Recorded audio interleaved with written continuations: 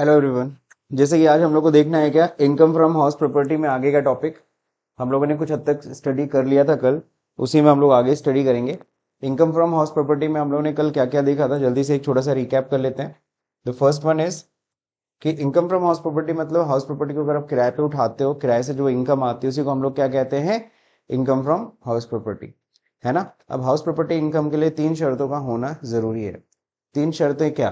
तीन शर्तें, पहला नंबर कि आपकी क्या होनी चाहिए, हाउस प्रॉपर्टी होना चाहिए। हाउस प्रॉपर्टी में क्या आता है, कोई भी बिल्डिंग या बिल्डिंग से जुड़ा हुआ जमीन। बिल्डिंग से जुड़ा हुआ जमीन भी किस में आएगा, हाउस प्रॉपर्टी का ही पार्ट माना जाता है। जैसे आपने देखा है घर होता है, आगे का लॉन एरिया उन्होंने हो रखा है ना, बाउंड्री के तो अंदर ही है ना सर, तो वो किस में आएगा, वो हाउस प्रॉपर्टी का हिस्सा माना जाता है। बट खाली प्लॉट, अगर सिर्फ प्लॉट है, कोई बिल्डिंग नहीं है, कोई स्ट्रक्चर नहीं है, तो वो हाउस प्रॉपर्टी में नहीं आता है। क्लियर सबको? नाउ सेकेंड थिंग, आप उस प्रॉपर्टी को अपने बिजनेस या प्रोफेशन के लिए यूज ना कर रहे हो, है ना, उस हाउस प्रॉपर्टी को अपने बिजनेस या प्रोफेशन के लिए यूज ना कर रहे हो। जैसे अभी एग्जांपल अनिमेश सर, आप जाते हो ना सी अनिमेश सर के यहाँ, तो जैसे बताओ वो जो जगह है उसमें वो क्या है, नीचे अपना ऑफिस बना रखा है उन्होंने, तो वो अपने प्रोफेशन के लिए उसको क्या कर रहे हैं, यूज कर रहे हैं। तो अगर अपने प्रोफेशन के लिए यूज कर रहे हैं तो अपनी प्रोफेशन की इनकम दिखाते होंगे, से तब उन्हें हाउस प्रॉपर्टी इनकम दिखाने की रिक्वायरमेंट नहीं है। नाउ नेक्स्ट, ओनर, है ना, असेसी क्या होना चाहिए, उस मकान का ओनर होना चाहिए। आप टैक्स पेयर हो, आप ही उस मकान के ओनर हो। ओनर मीन्स क्या, लीगल ओनर भी हो सकता है और डीम्ड ओनर भी हो सकता है। क्या हो सकता है, लीगल ओनर भी माना जाएगा और डीम्ड ओनर भी माना जाएगा। तो मतलब आप उस मकान के assessee must be the owner of the house. Assessee क्या होना चाहिए, उस मकान का मालिक होना चाहिए। तो अगर आपने इन तीनों बातों को कंप्लीट किया, इन तीनों शर्तों को कंप्लीट किया, तो आप income from house property calculate कर सकते हैं। That means property must be building या फिर बिल्डिंग से जुड़ी हुई जमीन, should not be use for purpose of business and profession, वो आपके बिजनेस प्रोफेशन के लिए यूज नहीं होना चाहिए। ओनर ऑफ द प्रॉपर्टी होना चाहिए, एसएससी क्या होना चाहिए, SSC is owner of the property, ठीक है ना। Either deemed ownership is also covered, deemed ownership भी कवर किया जाएगा। तो डीम्ड ओनरशिप हम लोगों ने कल पढ़ लिया था, so I am not going to repeat it again. So जिसको भी डाउट होगा एक बार जाके पिछली वीडियो देख लीजिएगा। नाउ ये क्या था, exception income not taxable under the income from house property. इन प्रॉपर्टी की income from house property calculate करेंगे ही नहीं, या फिर कह लो टैक्सेबल ही नहीं है। अगर प्रॉपर्टी यूज हो रहा है अपने बिजनेस एंड प्रोफेशन के लिए तो क्लियर है सबको। नाउ चैरिटेबल पर्पज के लिए आप अपनी प्रॉपर्टी को यूज कर रहे हो, तो अनाथ आश्रम, वृद्धाश्रम, इस तरह से अगर कुछ चला रहे हो, तो उस केस में भी क्या नहीं है, property use for charitable purpose है तो नहीं टैक्सेबल है। नाउ नेक्स्ट, अगर प्रॉपर्टी किसकी है, प्रॉपर्टी किसकी हो, ट्रेड यूनियंस की हो या फिर लोकल अथॉरिटीज की हो, ठीक है ना, तो उसकी भी income from house property calculate नहीं होने वाली। नाउ वन पैलेस, पैलेस मतलब होता है महल, किसका, एक्स रूलर्स का, पुराने जो नहीं राजा महाराजा थे उन लोग का अगर महल वहल है तो वो सब भी क्या है, वो सब भी किस में नहीं आता, उसकी भी house property calculate, income from house property calculate नहीं होगी। क्लियर? तो इसके बारे में मैंने कल रीजन भी बता दिया था क्यों नहीं होगी। कोई बताएगा क्यों नहीं होगी, क्यों ये पैलेस को, महलों के जो इनकम को हाउस प्रॉपर्टी इनकम में क्यों नहीं शामिल किया जाता है। आइदर वो सच में भाड़े पूरा राजस्थान में जाते हो, होटल्स में लोग वो होटल पूरा बना डाला है उसको, वहाँ लोग रुकते हैं, खाते हैं, पीते हैं, रेस्टोरेंट रेस्टोरेंट टाइप का सब कुछ है, तो बताइए क्या है, उसको क्यों नहीं इसमें शामिल किया। क्योंकि वो जाहिर बात है अगर रेस्टोरेंट होटल बना रहे तो ठीक है सर, वो इनकम फ्रॉम हाउस प्रॉपर्टी हो जाएगी। दूसरा नंबर क्या रीजन था, लॉजिक क्या था, तो हेरिटेज टाइप की है, अगर उसको हम लोग अगर हाउस प्रॉपर्टी इनकम की तरह ट्रीट करेंगे तो कहेंगे जब हाउस प्रॉपर्टी इनकम में ही ट्रीट करना तो क्यों ना इसको तोड़ के बढ़िया से बिल्डिंग बना दे, क्यों, तो काफी रेंट पे उठा सकते हैं, ताकि वो सारी चीजें वैसे एज इट इज पड़ी रहे, उनको, हाँ पड़ी रहे, उसको ना तोड़ें आप। बाकी income from building attach to the agriculture land, agriculture land से जो जुड़ी हुई जो नहीं होता है, जिस जहाँ पे ऐसा घर जहाँ पे क्या होता है, dwelling storage of the house, sorry dwelling house की तरह यूज किया जाता है, जिसको हम लोग रियल में क्या बोलते हैं, इसको क्या बोला जाता है बताइए, इसको बोला जाता है फार्म हाउस। क्या बोला जाता है, फार्म हाउस। तो फार्म हाउस की इनकम को भी एग्रीकल्चर इनकम में शामिल किया गया, किस में शामिल किया गया, एग्रीकल्चर इनकम। तो फार्म हाउस की इनकम इज नॉट टैक्सेबल, ध्यान रहे, ठीक है ना। वो एग्रीकल्चर इनकम में आती है और एग्रीकल्चर इनकम सबको पता है एग्जेम्प्ट होता है। मेनली हमको कंपुटेशन सीखना है। क्या सीखना है? कंपुटेशन, कि कैसे income from house property compute करते हैं। तो बस इतना ही बड़ा फॉर्मेट है, इससे ज्यादा नहीं। तो इसमें सबसे पहली चीज क्या होता है, दो तरह की प्रॉपर्टी होती है। द फर्स्ट वन, अगर हम पहली बात करें तो वो क्या है, लेट आउट। और सेकंड हम लोग बात करते हैं सेल्फ ऑक्यूपाइड की। लेट आउट मतलब आपने उस मकान को क्या कर रखा है, किराए पे उठा रखा है। तो अगर आपने उस मकान को किराए पे उठा रखा है तो आप किराया तो पा रहे हो ना सर। तो उस केस में आपको क्या करना होगा, आपकी income from house property calculate होगी। दूसरा नंबर सेल्फ ऑक्यूपाइड, अगर मकान में आप खुद रह रहे हो, आपने उसको किराए पे नहीं उठाया है। अगर आप मकान में खुद रह रहे हैं, उसको आपने किराए पे उठाया नहीं है, तो भी income from house property calculate हो सकती है। लेकिन शर्त ये, जब आपने उस मकान को लोन पे लेके बनाया तब आप कैलकुलेट करना। सेल्फ ऑक्यूपाइड है तो आप उससे कुछ कमा नहीं रहे हो, लेकिन हाँ, उस मकान को बनाने के लिए, खरीदने के लिए तुमने लोन लिया, उस पर ब्याज दे रहे हो, तभी income from house property calculate करना, अदरवाइज मत करना। ठीक। तो यहाँ पे देखिए, सबसे पहले बात करें लेट आउट प्रॉपर्टी की, तो सबसे पहला इसमें ऑप्शन होता है क्या, ग्रॉस एनुअल वैल्यू। सबसे पहली चीज आप लिखेंगे gross annual value. Gross annual value का मतलब क्या होता है, कोई बताएगा? What is the gross annual value of the house? मकान की इनकम कमाने की कैपेसिटी। मकान की इनकम कमाने की कैपेसिटी को ही हम लोग क्या कहते हैं, ग्रॉस एनुअल वैल्यू। जैसे मैंने बोला, अगर तुम अपने घर को पूरा किराए पे उठा दो तो कितना तुम किराए से कमा सकते हो। बात समझे कि नहीं समझे?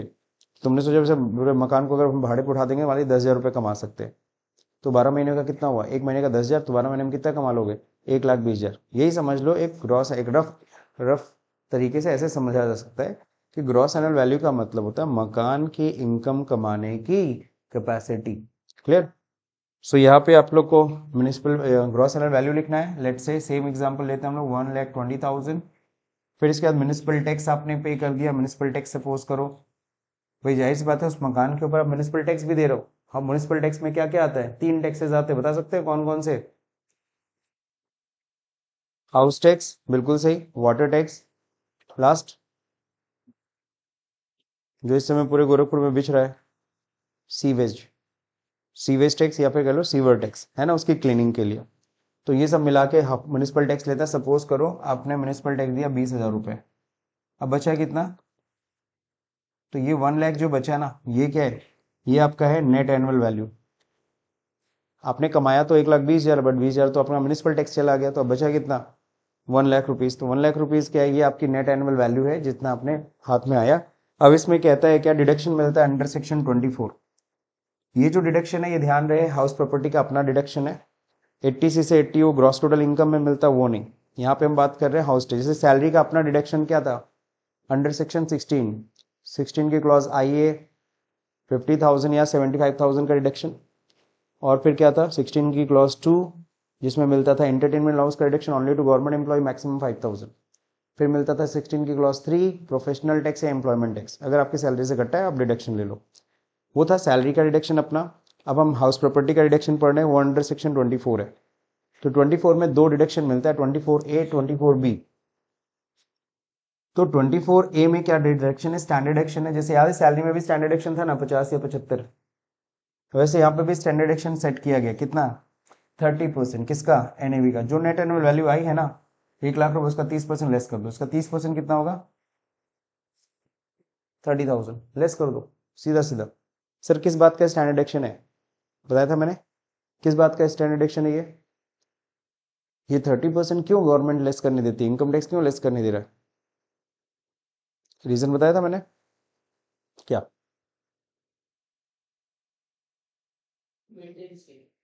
बिल्कुल सही। आपका मकान है तो आपके मकान के मेंटेनेंस में कुछ ना कुछ पैसे खर्च होते हैं हर साल। बात समझे कि नहीं समझे? तो मकान का maintenance in the sense denting, painting, कभी नाली से पानी नहीं जा रहा है तो उसको ठीक कराना, कभी दरवाजे का प्रॉब्लम है उसको ठीक कराना। इन द सेंस आपके घर में हमेशा कुछ ना कुछ मेंटेनेंस का खर्चा होता है हर साल। ठीक है? तो उस चीज के लिए कई लोग तो अपने मकान का इंश्योरेंस तक करा लेते हैं।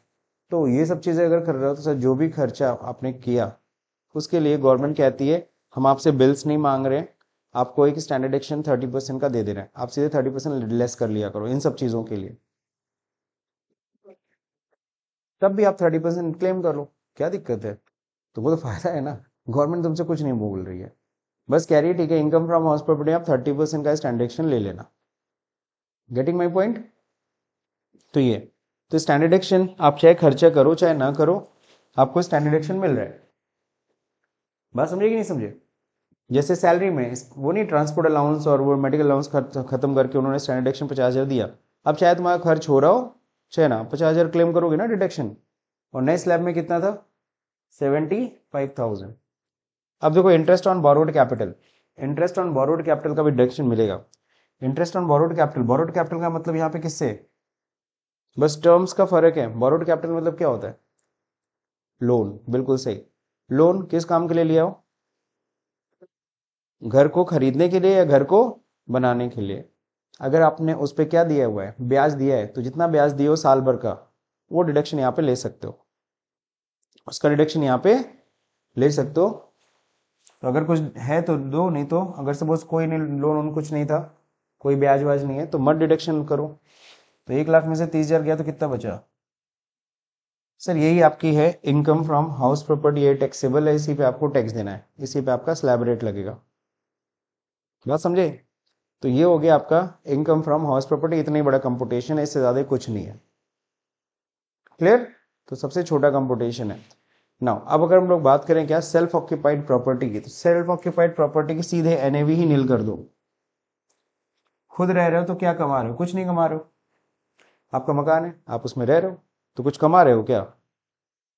तो इसकी इनकम कमाने की कैपेसिटी नील हो गई। तो ग्रॉस एनुअल वैल्यू लिखने की जरूरत ही नहीं, सीधे एनएवी लिख दो नील। अब नील पे 30% निकालोगे तो वो भी तो नील ही होगा, स्टैंडर्ड एक्शन। हाँ बस ध्यान रहे, सेल्फ ऑक्यूपाइड हाउस में जो इंटरेस्ट ऑन बोरोड कैपिटल उसका रिडक्शन मिलता है, वो भी मैक्सिमम कितना? 2 लाख तक का। तो मान लीजिए आपने जो सेल्फ ऑक्यूपाइड जो हाउस जो लिया है उस पर आप ब्याज देते हो, तो ध्यान रहे एनएवी तो नील है, जीरो है। अब उसमें तुम लेस करोगे, सपोज तुम ब्याज दे रहे हो 1,20,000 रुपए, तो 1,20,000 रुपए जो माइनस करोगे जीरो में से, तो जाहिर सी आंसर निगेटिव आएगा। तो 1,20,000 क्या आएगा? ये निगेटिव वैल्यू आएगी, यानी ये लॉस है। क्या है? लेकिन लॉस लिखते नहीं है हम, लिखते इनकम फ्रॉम हाउस प्रॉपर्टी ही है, उसके सामने नेगेटिव वैल्यू, इसका मतलब लॉस है। अब इसका बेनिफिट कैसे होगा आपको?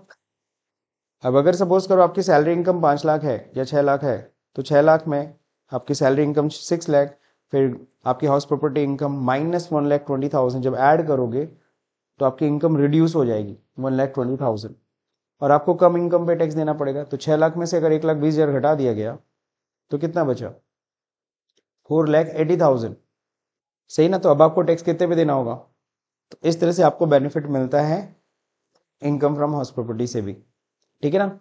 इसीलिए कहते हैं ना, लोन पे मकान ले लो ज्यादा अच्छा है, उस पर कम से कम जो ब्याज दोगे हर साल उसका आपको रिडक्शन भी मिल जाएगा। ठीक, तो यहाँ पे इंटरेस्ट का रिडक्शन मैक्सिमम कितना है? 2 लाख। अब एक और बात जो ध्यान देनी है, म्यूनिसिपल टैक्स का डिडक्शन जो मिलता है वो किस बेसिस पे मिलता है? पेमेंट बेसिस पे। किस बेसिस पे? सपोज इस साल म्यूनिसिपल टैक्स हमारा आया, हमने पे ही नहीं किया, तो क्या हम डिडक्शन क्लेम करेंगे? नहीं। अगले साल भी म्यूनिसिपल टैक्स आया बट हमने दिया नहीं, तो क्या डिडक्शन लेंगे? नहीं। तीसरे साल हमने क्या किया, तीनों साल का मिला के इकट्ठा हमने पे कर दिया, तो क्या म्यूनिसिपल टैक्स पेड जो किया उसका डिडक्शन क्लेम करेंगे? हाँ करेंगे, और जितना आप पेमेंट करेंगे उतने का डिडक्शन। इससे इट डज नॉट मैटर कि वो किस साल का म्यूनिसिपल टैक्स है। अगर हम इस साल हम 3 साल का बैठ के म्यूनिसिपल टैक्स पे कर रहे हैं तो हम उसका डिडक्शन हम इसी साल क्लेम कर लेंगे। बट अगर म्यूनिसिपल टैक्स का पेमेंट नहीं हुआ है, ऑन ड्यू बेसिस पे आपको म्यूनिसिपल टैक्स का रिडक्शन नहीं मिलता है। Getting my point?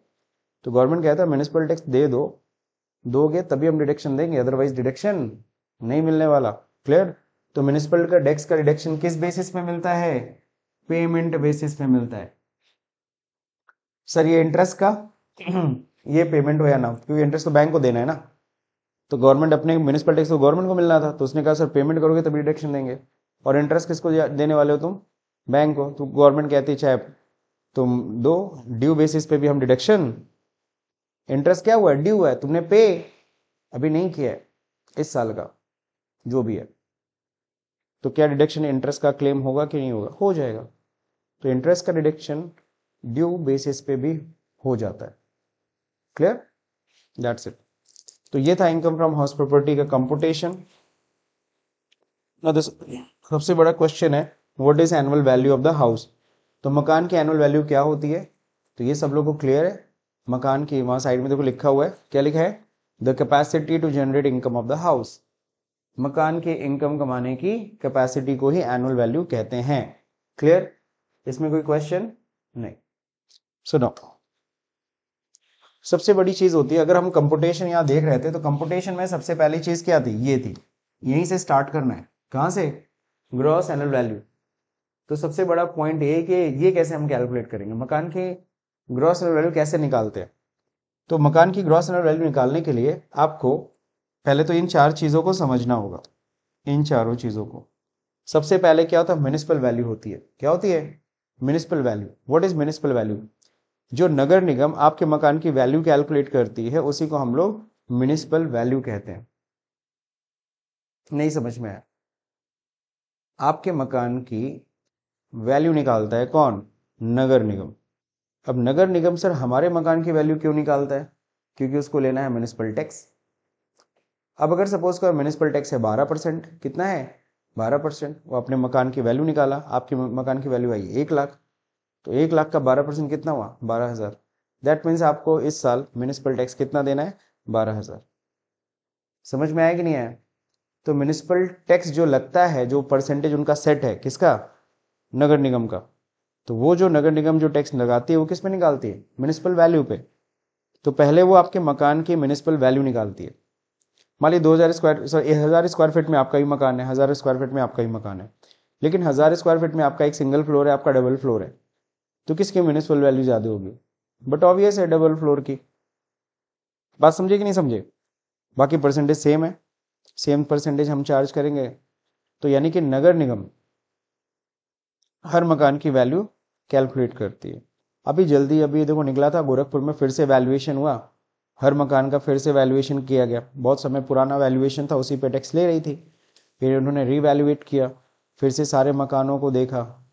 बात समझे, ड्रोन से हुआ चेक, किससे हुआ, ड्रोन से। हर मकान का इन्होंने पता नहीं कैसे वैल्यूएशन किया, सबका वैल्यूएशन क्या कर दिया, बढ़ा दिया। अब ज्यादा म्युनिसिपल टैक्स दो, क्या दो, ज्यादा म्युनिसिपल टैक्स, तो म्युनिसिपल टैक्स बढ़ गया। चलिए मतलब म्युनिसिपल टैक्स का परसेंटेज वही है, म्युनिसिपल टैक्स का परसेंटेज नहीं बढ़ा, आपकी म्युनिसिपल वैल्यू बढ़ा दी गई। सपोज करो पहले 20,000 था तो अब 40,000 हो गई, 40,000 थी तो सपोज 60,000 हो गई, तो अब टैक्स तो ज्यादा लगेगा ना सर, क्योंकि आपके मकान की म्युनिसिपल वैल्यू क्या हो गई, बढ़ गई। चलिए नाउ नेक्स्ट क्या होता है, म्युनिसिपल वैल्यू समझ में आ गया, लिखा भी है यहाँ पे, calculated by the municipality for calculation and collection of municipal tax. Now fair rent क्या होता है सर, फेयर रेंट मतलब उचित किराया। तो ये फेयर रेंट कैसे तय होता है, लोकेलिटी के हिसाब से, आपका मकान किस जगह पे।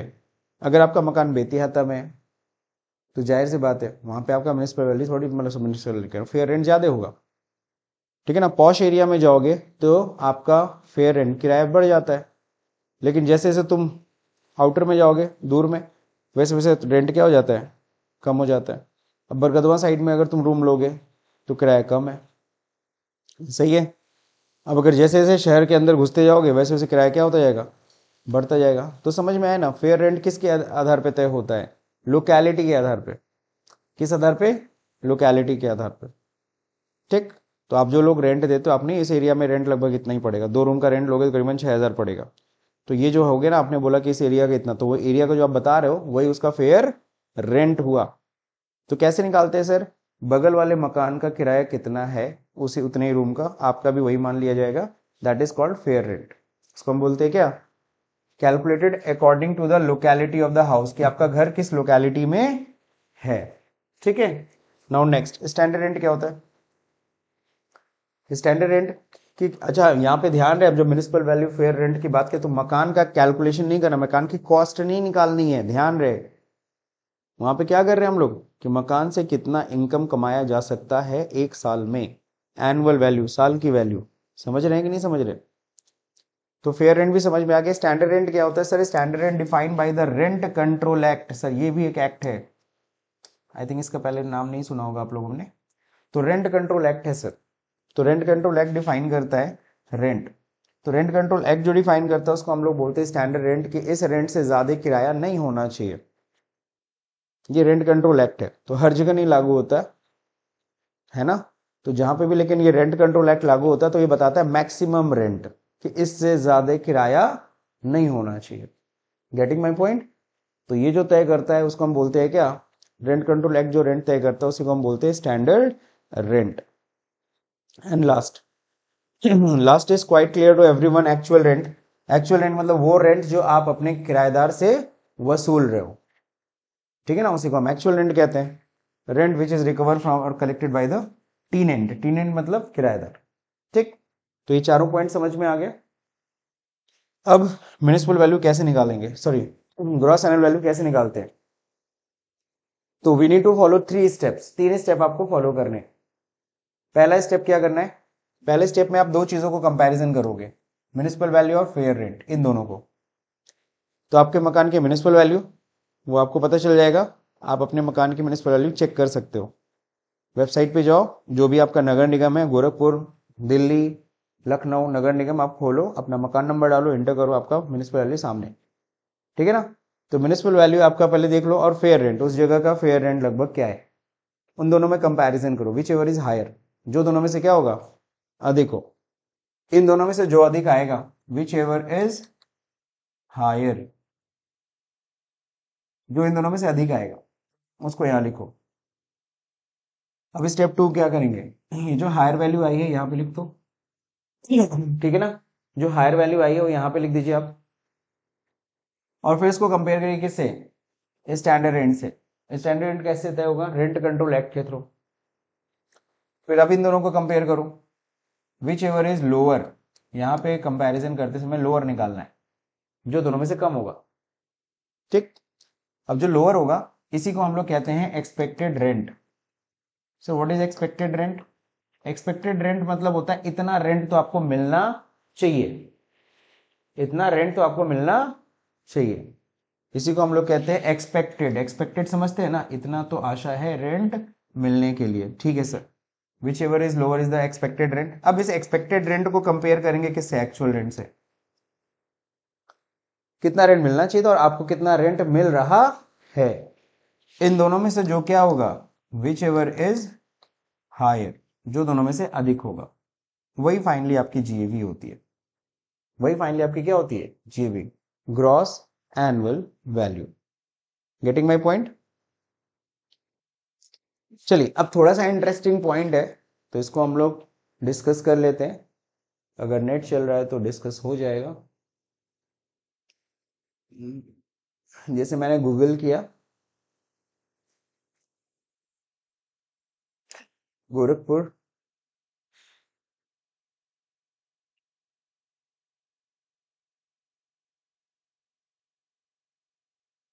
नगर निगम, है ना। तो गोरखपुर नगर निगम का मैंने देखो वेबसाइट खोला। अब देखो एक गोरखपुर नगर निगम का यहाँ पे इंपॉर्टेंट लिंक्स है, टैक्स पे है, व्यू बिल है। आप देखना चाहते हो अपना बिल, क्लिक करो। जैसे ही क्लिक करोगे, अब यहाँ पे क्या दिखा रहा है, सिटीजन लॉगिन है, ऑफिशियल लॉगिन है, ये सब दे रखा है।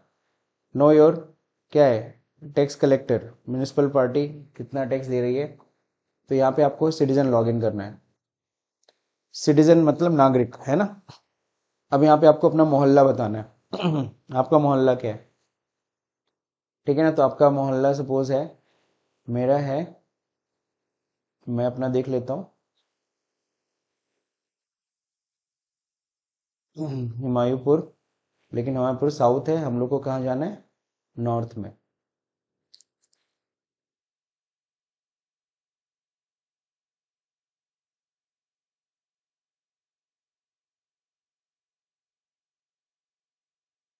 सर आ रहा ऑप्शन, नॉर्थ हुमायूंपुर आ गया, ठीक है ना। अब यहाँ पे अपना आपको मकान नंबर डालना है, तो मैंने डाल दिया H 516, ठीक है ना। अब इसके बाद सर्च किया, आ गया, आगे कि नहीं आ गया। तो आपको अपना मकान नंबर डालना है, ये आ गया, ये फादर का नाम है। अब यहाँ पे देखो आ गया, north Humayunpur 516H, this one. Now action लेना है, यहाँ पे डाउनलोड करना है, क्या करना है, ठीक है ना, डिमांड और डाउनलोड। तो यहाँ पे डाउनलोड पे क्लिक किया,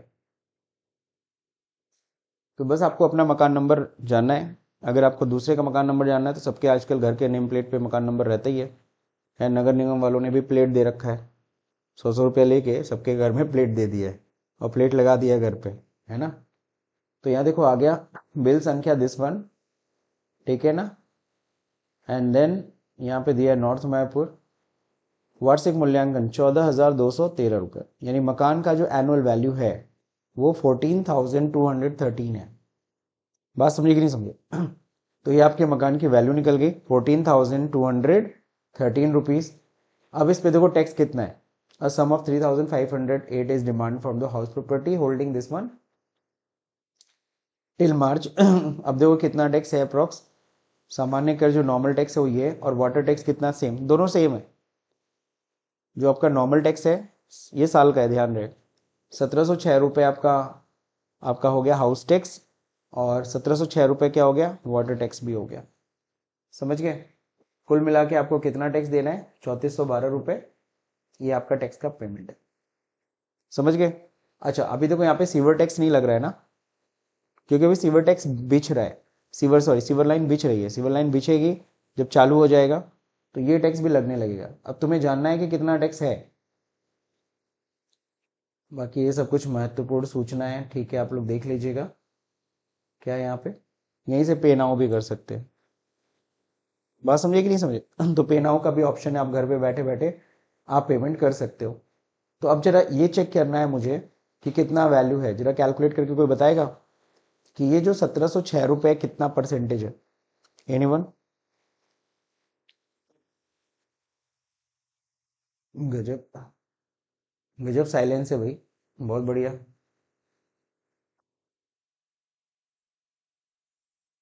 सो इट्स अ कैलकुलेटर। देखो दोस्तों कैसे कैलकुलेट किया जाता है। द फर्स्ट थिंग इज, कितना टैक्स है, 1,706 रुपये, 1706 रुपीज ना चार्ज हुआ है, आउट ऑफ किसके ऊपर, इसके ऊपर। तो इसको डिवाइड कर दोगे कितने से, 14,213, एंड देन इक्वल टू निकालो, आ रहा है, मल्टीप्लाई बाई 100 कर दो, वही 12% आएगा। कितना परसेंट हुआ? तो ये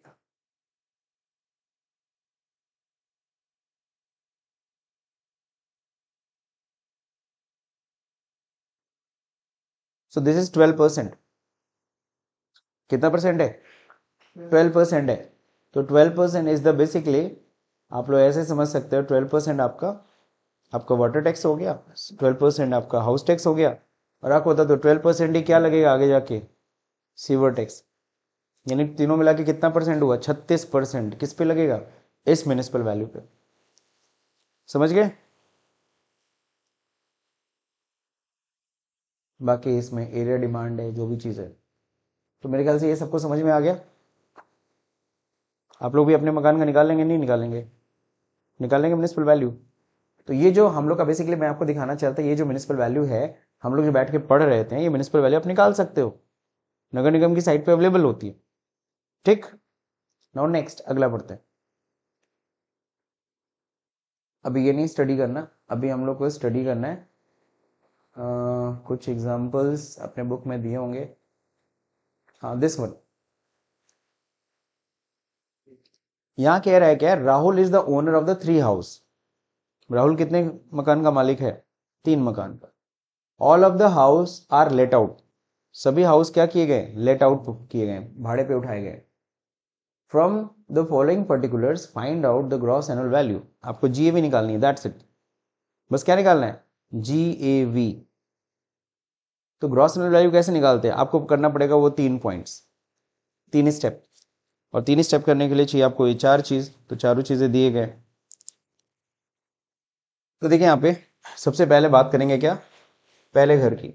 तो हम लोग पहले इन दोनों में कंपैरिजन करते हैं, municipal value and fair rent. The formula is what, कि म्युनिसिपल वैल्यू और fair rent whichever is higher, जो दोनों में से अधिक हो।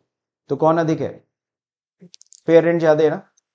तो हमने इन दोनों में कंपैरिजन किया, तो इन दोनों में कंपैरिजन पे फेयर रेंट अधिक मिला, दैट इज 72,000। सही है कि नहीं सही है, 72,000। अब फिर कंपैरिजन करना होता है क्या, इसको स्टैंडर्ड रेंट से। तो इसको कंपैरिजन करेंगे किससे, स्टैंडर्ड रेंट से, whichever is lower, standard rent 60,000 बोला ना, इससे ज्यादा किराया नहीं होना चाहिए, तो 60,000 इज द एक्सपेक्टेड रेंट। ठीक है, अब इस एक्सपेक्टेड रेंट को जो आपने निकाला, एक्सपेक्टेड रेंट कितना 60,000, अब इसको कंपैरिजन करोगे एक्चुअल रेंट से। एक्चुअल रेंट आप ले कितना रहे हो, कुछ समझे कि नहीं समझे? तो आपका जो इनकम टैक्स ने कैलकुलेट किया कि आपके मकान से 60,000 रुपये रेंट मिलना चाहिए एटलीस्ट, और आप क्या कितना रहे हो, मिल कितना रहे, तो गवर्नमेंट को बिलीव नहीं हो रहा, फालतू फर्जी बतिया रहे हो। क्या तुम्हारे मकान का कम से कम तो 60,000 रुपये किराया आना चाहिए, और तुम कह रहे हो कितना किराया रहा है, यानी तुम जानबूझ के क्या कर रहे हो, कम दिखा रहे हो। अब तुम चाहे कितना भी बोलो, चाहे रियल में हो सकता है तुम उतना ही ले रहे हो, बट सर जी आपको टैक्स के देना किस पे पड़ेगा, 60,000 रुपये। That means whichever is higher, इन दोनों में से जो अधिक होगा वही आपकी जीएवी हो गई। तो जीएवी आंसर आ गया फर्स्ट का, दिस वन इज 60,000। अब जो आपका कंपटीशन स्टार्ट होगा ना, competition is what, competition of house produce, सबसे पहले जीएवी लिखते हैं ना, फिर उसमें म्युनिसिपल टैक्स लेस करते हैं, फिर आता है एनएवी, फिर आता है स्टैंडर्ड एक्शन 24A 24B, वो सब करेंगे हम 60,000 से। समझ गए कि नहीं समझ गए? Now the second question, house 2 का बात करते हैं। तो यहाँ पे देखो, सबसे पहले इन दोनों में कंपैरिजन करेंगे, किस दोनों में, म्युनिसिपल वैल्यू और fair rent, whichever is higher, यही दिख रहा है हायर 56,000, सही है। अब इस 56,000 को अगेन कंपैरिजन करेंगे किससे, स्टैंडर्ड रेंट से। तो इस बार देखो जो दोनों में से कम हो, कौन कम है, 56,000, इस बार आपका फेयर रेंट ही जो है।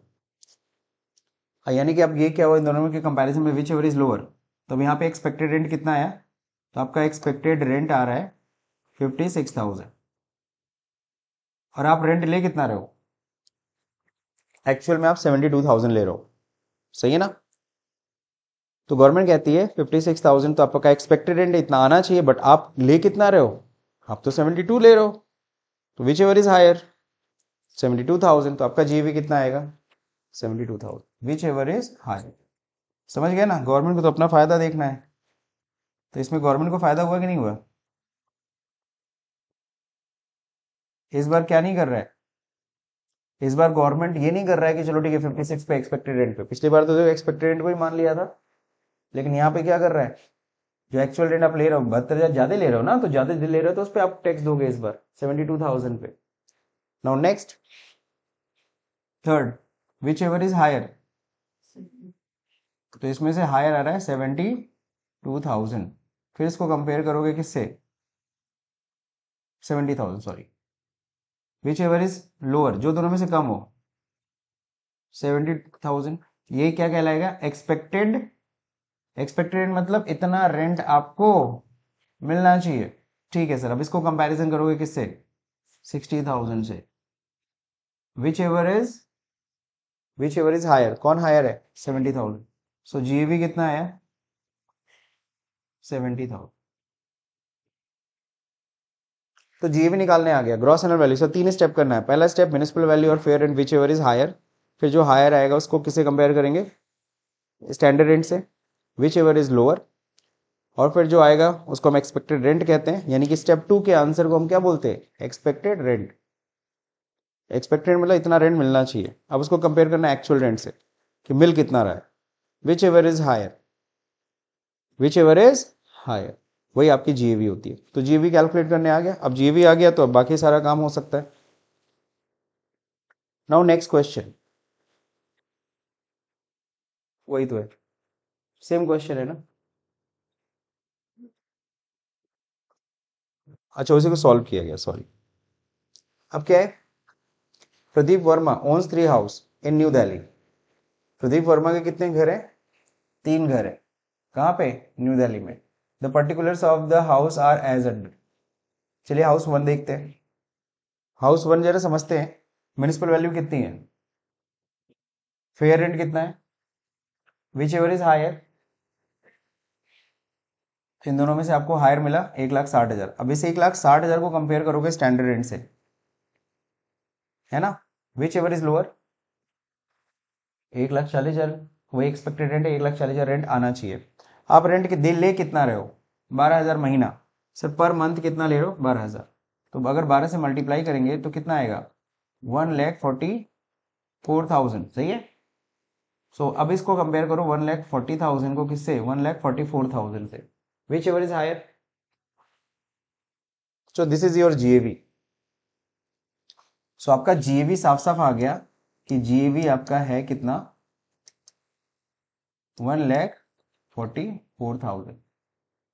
फिर सर कोई वैकेंसी मकान खाली रहा क्या, नहीं।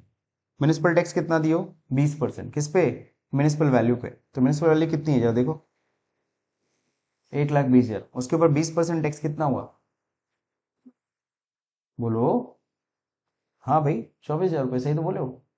तो 24,000 रुपीज तो आपका लिखा भी है, म्युनिसिपल टैक्स पेड साफ साफ दे दिया, ड्यूरिंग द ईयर कितना दिया है, 24,000 टैक्स दिया है। सो इसमें से माइनस कर लोगे, जीवी में से लेस हो जाएगा, क्या लेस हो जाएगा, म्युनिसिपल टैक्स। कितना दे दिए तुमने बेशक 1,44,000 कमाया, लेकिन 24,000 रुपये मैंने टैक्स भी तो दे दिया, तो मेरे हाथ में रियल में बचा कितना, 1,20,000 रुपये। ये क्या है सर, इसको हम बोलते हैं NAV, नेट एनुअल वैल्यू। हाथ में इतना है सर, 1,20,000 रुपये। अब आपको पता है इसमें स्टैंडर्ड एक्शन मिलेगा कितने का, 30% का। तो अगर NAV आपकी आई है कितनी, 1,20,000 रुपये, तो इसमें लेस होगा क्या, म्युनिसिपल टैक्स। जो ध्यान रहे, पेमेंट बेसिस पे डिडक्शन मिलता है, और इस बार साफ साफ बोला था इन्होंने, पेड किया है कितना, 24,000, तो वो तो डिडक्शन ने ले लिया। अब municipal tax, sorry municipal tax नहीं होगा, यहाँ पे स्टैंडर्ड डिडक्शन होगा ना, स्टैंडर्ड डिडक्शन बता सकते हैं कितना होगा, 30%। तो इसका 30% कितना होगा, 36,000। और कोई डिडक्शन, हाँ 24B में डिडक्शन मिलता है इंटरेस्ट ऑन बोरोड कैपिटल। कहीं दिया क्वेश्चन में कि उसने लोन ऑन लिया हो, ऐसा कुछ कुछ भी नहीं दिया है। तो लोन उनका कुछ नहीं डिटेल है, तो हम लोग 24B का डिडक्शन नहीं देंगे, सिर्फ 24A का डिडक्शन 36,000 लेस करिए, तो 30,000 गया तो 90,000 बचेगा, 90 में 84,000 फाइनली। ये आपकी आगे income from house property, simple तरीका। तो पहले क्या करना है, ग्रॉस एनुअल वैल्यू निकालना है। ग्रॉस एनुअल वैल्यू निकालने के लिए वो 3 स्टेप यूज करने हैं, है ना। तो जीवी आ गई, फिर म्युनिसिपल टैक्स लेस करना है। म्युनिसिपल टैक्स लेस करने के बाद एनएवी आ जाएगी, एनएवी में 2 डिडक्शन देना है, 24A 24B। 24A में स्टैंडर्ड डिडक्शन 30% और 24B में इंटरेस्ट ऑन लोन अगर है तो। ठीक है सर, ये तो ऐसे ही आपने रफली निकाल लिया, है ना। ये सब मुझे बानी भी कर सकते हो, कोई इतना कॉम्प्लिकेटेड नहीं है। हाउस 2 हाउस 3 सब कुछ है। इसमें एक नई चीज है कि 1 महीना मकान क्या रहा है, खाली रहा है, पीरियड ऑफ वैकेंसी, है ना। और थर्ड मकान में दिया है कितना महीना खाली रहा मकान, 6 मंथ। तो जब मकान खाली रहता है तो उस केस में क्या होगा, किराया तो नहीं मिला सर ना, किराया मिला क्या, किराया नहीं मिला। तो अगर मकान खाली रहता है तो मकान की वैल्यू कैसे निकालते हैं, ठीक है ना। तो यहां पे ग्रॉस एनुअल वैल्यू का कैलकुलेशन में थोड़ा सा चेंजेस है।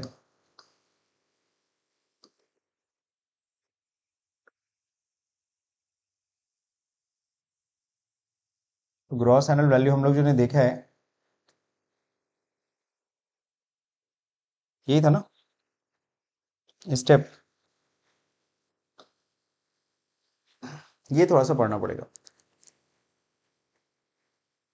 मकान खाली वाली बात, अगर कभी मकान खाली रहा, है ना, तो उस केस में हम लोग क्या करते हैं, हम लोग कुछ इस तरह से करते हैं। देखो ऊपर देखो, पढ़ो क्या लिखा है, if actual rent is less than expected rent. Expected rent कैसे आता है पता है ना सबको, answer of step 2। Expected rent और एक्चुअल रेंट में कंपेयर कर दो। अगर तुम्हें एक्चुअल रेंट कभी भी एक्सपेक्टेड रेंट से कम मिला, कि गवर्नमेंट कहती है इतना रेंट तो तुम्हें मिलना चाहिए, फिर भी तुम उससे कम एक्चुअल रेंट तुम्हारा मिल रहा है, तो हम क्या करेंगे, हम पहले रीजन ढूंढेंगे, ऐसा क्यों है, क्यों तुम एक्सपेक्टेड रेंट से एक्चुअल रेंट तुम्हारा कम क्यों है, पहले उसका रीजन ढूंढो। तुरंत विच एवर इज हायर मत करो, then we find the reason. अब रीजन क्या मिल सकता है, एक्चुअल रेंट एक्सपेक्टेड रेंट से कम क्यों है। पहला रीजन क्या दिख सकता है, वैकेंसी। अगर वैकेंसी के कारण ऐसा हुआ है तो ऐसे में कहता है क्या, तो गवर्नमेंट ने कहा तब जीएवी एक्चुअल रेंट को ही मान लेना। तब किसको मान लेना, एक्चुअल रेंट को ही जीएवी मान लेना। एग्जांपल, एक्सपेक्टेड रेंट कितना है, 2 लाख। सपोज तुम्हारा आंसर ऑफ स्टेप 2 आया 2 लाख, 2 लाख तुम्हें एक्चुअल में रेंट मिलना चाहिए था। लेकिन एक्सपेक्टेड रेंट तुम्हें इतना आना चाहिए था, लेकिन तुम्हारा एक्चुअल रेंट देखो है कितना, तुमने 20,000 रुपये रेंट पे उठाया, कितने पे, 9 महीना उठा, कितना आया, 1,80,000 रुपये, पूरा 12 महीना उठा गया, कितना महीना वैकेंसी रहा, 3 महीना, 3 मंथ्स क्या रहा, मकान खाली रहा। और अगर 3 महीना मकान खाली रहा, यही एक वजह है जिसकी वजह से एक्चुअल रेंट कम हो गया है। क्योंकि अगर 12 महीने अगर 20,000 रुपये के हिसाब से तो 2,40,000 होता, क्यों, तब एक्चुअल रेंट एक्सपेक्टेड रेंट से कम आता क्या, नहीं। तो यहाँ पे साफ साफ दिख रहा है सर 3 महीना मकान वैकेंट रहा है, क्या रहा है, वैकेंट, खाली रहा है, इसी वजह से एक्चुअल रेंट एक्सपेक्टेड रेंट से क्या आ रहा है, कम आ रहा है। तो यहाँ पे आपको साफ साफ वैकेंसी रीजन दिख रहा है। तो यहाँ पे ऐसे केस में बोला ना, अगर वैकेंसी रीजन है एक्चुअल रेंट का एक्सपेक्टेड रेंट से कम होने का, रीजन क्या है, वैकेंसी, तब एक्चुअल रेंट को ही जीवी मान लेना। जीवी कितनी होगी, 1,80,000। यहाँ पे बैठ के विच वेरीज हायर मत करने लगना, वरना आएगा आंसर तुम्हारा 2 लाख और हो जाएगा पूरा गड़बड़। ये पॉइंट समझ गए, थोड़ा सा ये टेक्निकल पॉइंट है जहाँ पे ध्यान देना पड़ेगा आपको। अगर एक्चुअल रेंट एक्सपेक्टेड रेंट से कम आया और रीजन क्या है, वैकेंसी है, वैकेंसी के कारण मकान खाली रहा, इस वजह से ही कम हुआ है, तो ऐसे केस में एक्चुअल रेंट ही जीवी मान लेना, ठीक है। नेक्स्ट, अदर देन वैकेंसी है, वैकेंसी रीजन नहीं है सर, दूसरा रीजन हो सकता है क्या, other than vacancy. Sir other than vacancy मतलब तब वो नॉर्मल वाला रूल चलेगा, विच एवर इज हायर वाला जो पढ़े हो ना अभी, कि लास्ट स्टेप में क्या करते हैं, थर्ड स्टेप में actual rent standard whichever is higher, वही चलता है। तो यहाँ बोला भी एक्सपेक्टेड रेंट ही जीवी हो जाएगा, जैसे एक्सपेक्टेड रेंट वही 2 लाख है, और इस बार एक्चुअल रेंट कितना है, 15,000, 12 महीने का 1,80,000 रुपये। तुम रेंट कितना ले रहे हो, 15,000, पूरा 12 महीना उठा है, फिर भी क्या हो गया, एक्चुअल रेंट एक्सपेक्टेड रेंट से कम आ गया। क्यों कम आया पता है ना, क्यों कम आया, क्योंकि तुम किराया कम ले रहे हो, तुम किराया क्या कर रहे हो, कम ले रहे हो, या फिर ऐसा ही बोल सकते हो तुम किराया कम दिखा रहे हो, तुम किराया कम दिखा रहे हो, अलग बात, लेते कुछ और हो गए, दिखा रहे हो हमको कि कम ले रहे हैं, ऐसा थोड़ी ना मानेंगे। आज भी जाओगे अली नगर में, नहीं, जो समोसा जो टिकिया बनाता है, आज भी उसका किराया बहुत कम है, 600-700 रुपये रेंट देता है, उससे ज्यादा रेंट नहीं है उसका। बेचारा मकान मालिक कहता है अब खाली कर दो, अब खाली कर दो, अब कहाँ खाली करेगा, इतने सालों से रह रहा है, नहीं समझे। तो इन द सेंस क्या, उतने अच्छे एरिया में वो उसका रेंट सिर्फ कितना है, 600-700 रुपये देता है रेंट, 200 रुपये पहले देता था, बढ़ाया बढ़ाया किसी तरीके से 700 रुपये कर दिया। चलिए, तो यहाँ पे क्या है, रेंट बहुत कम है, आप कम रेंट ले रहे हो, अब रियल में ऐसा है तो हम क्या करेंगे, तो गवर्नमेंट कहती है भैया तुम लो, हमें कोई मतलब नहीं है, हम तो इन दोनों में से जो अधिक होगा, whichever is higher, 2 lakh, हम तो 2 लाख तुम्हारी जीवी मानेंगे, हम इसके हिसाब से तुम्हारा टैक्स कैलकुलेट करेंगे। Getting my point. तो यहाँ पे जो नॉर्मल केस पड़े ना, विच एवर इज हायर वाला, वही नियम लागू हो जाता है। लेकिन अगर बोथ द रीजन है, ये केस देखने को मिल जाता है कभी कभी, बहुत रेयर केस में आपको देखने को मिलेगा, where is both the reason, एक तो किराया भी कम है, ऊपर से वैकेंसी भी है, तो ऐसे में जीवी कैसे निकलेगा, एक्सपेक्टेड रेंट देखना, उसमें से माइनस कर देना लॉस ड्यू टू वैकेंसी, अब जो आएगा वो आपका होगा जीवी। सर कैसे, चलिए देखते हैं। एक्सपेक्टेड रेंट कितना था, 2 लाख, वही सेम। एक्चुअल रेंट 15,000, वो भी 10 महीना, 1.5 लाख ही आया। सर अगर 15,000 12 महीना उठाता तब भी 1,80,000 होता कि नहीं होता, तब भी कम ही होता एक्चुअल एक्सपेक्टेड रेंट से, ऊपर से वैकेंसी भी है, एक तो किराया भी कम है, ऊपर से वैकेंसी भी है। तब ऐसे में कैसे जीवी निकालते हैं, पहले देखो एक्सपेक्टेड रेंट कितना था सर, है 2 लाख, तो 2 लाख में से माइनस कर दो लॉस ड्यू टू वैकेंसी, तो कितना महीना खाली रहा, तो 15,000 के हिसाब से 2 महीने का 30,000 रुपये हुआ, तो 2 लाख में से 30,000 लेस कर दो, 1,70,000, तो यहाँ पे जीएवी कितनी आएगी, 1,70,000 रुपये। तो ये वाला केस है, यानी कहाँ पे ध्यान देना है, वैकेंसी के केस में ध्यान देना पड़ेगा, और किस केस में ध्यान देना होगा, अगर वैकेंसी और किराया जो कम है वो दोनों ही है तब भी ध्यान देना पड़ेगा। बाकी केस में अगर एक्चुअल रेंट एक्सपेक्टेड रेंट से ज्यादा है तब तो कोई टेंशन है ही नहीं। ये टेंशन कब लेना है, जब एक्चुअल रेंट क्या होगा, कम होगा, किससे, तब टेंशन लेना है तुम्हें, तब ढूंढना है रीजन क्या है, रीजन कब मत ढूंढना, जब एक्चुअल रेंट एक्सपेक्टेड रेंट से ज्यादा है तो मत ढूंढना रीजन, कोई मतलब ही नहीं है, वैकेंसी हो ना हो उससे कोई लेना देना नहीं। लेकिन जब एक्चुअल रेंट एक्सपेक्टेड रेंट से कम होगा तब तुम्हारे कान खड़े हो जाने चाहिए, या फिर कह लो चुरकी खड़ी हो जानी चाहिए, तब तुम्हें ढूंढना होगा रीजन। क्या ढूंढना होगा? रीजन, कि क्या रीजन है, क्यों आखिर में एक्चुअल रेंट एक्सपेक्टेड रेंट से क्या है, कम आया।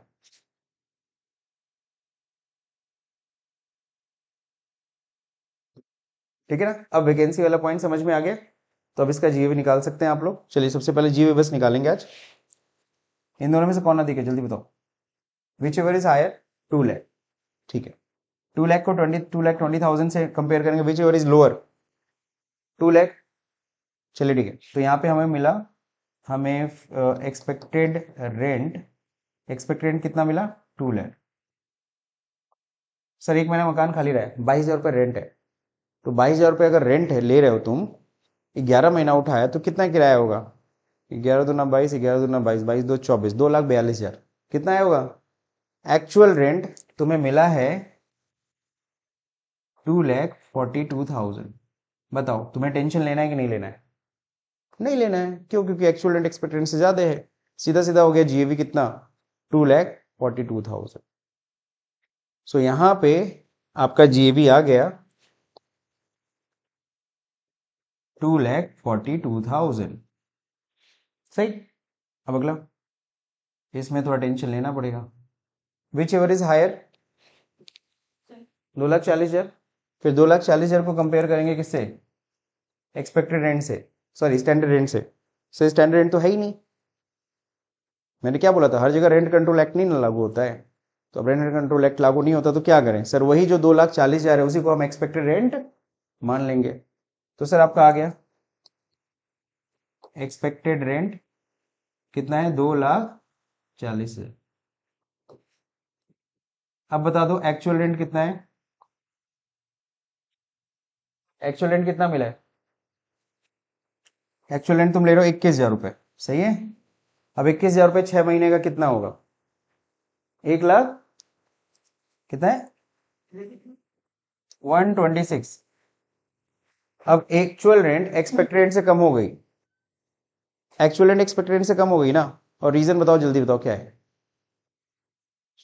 6 महीना खाली, अगर पूरा 12 महीना उठा होता तो हो जाता अपना 2,52,000। कितना होता, अगर पूरा 12 महीना उठा तो 2,52,000, तब एक्चुअल रेंट एक्सपेक्टेड रेंट से कम नहीं आता। यहाँ पे एक्चुअल रेंट एक्सपेक्टेड रेंट से कम है बिकॉज ऑफ 6 मंथ वैकेंसी। तो यहाँ वैकेंसी साफ साफ दिख रहा है। सो यहाँ पे जीवी कितना होगा, तो जो वैकेंसी होता है एक्चुअल रेंट एक्सपेक्टेड रेंट से कम होता है, तो एक्चुअल रेंट को ही जीवी मान लेते हैं। तो यहाँ पे जीवी आएगा 1,26,000। That's it.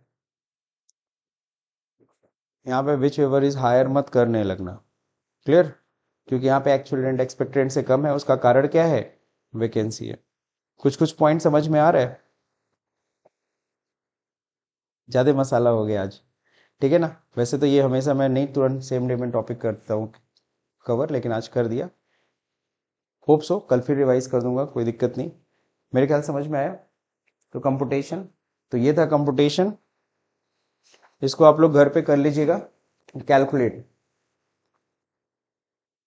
सॉल्यूशन आगे दिया है, यहाँ पे दिया है 242, 35,000 म्यूनिसिपल टैक्स लेस किया, कितना है नेट एनुअल वैल्यू, 2,07,000, उस पर 30% का रिडक्शन दे दिया, 1,44,900। जबकि इसमें आपका जीवी कितना आ रहा है, 1,26,000। यही था ना, म्यूनिसिपल टैक्स लेस किया, 96,000 आया, 30% स्टैंडर्ड डिडक्शन, 67,200। तो हर मकान से कितनी इनकम आई, क्लियर है ना। अब तीनों का इनकम क्या करोगे, मर्ज।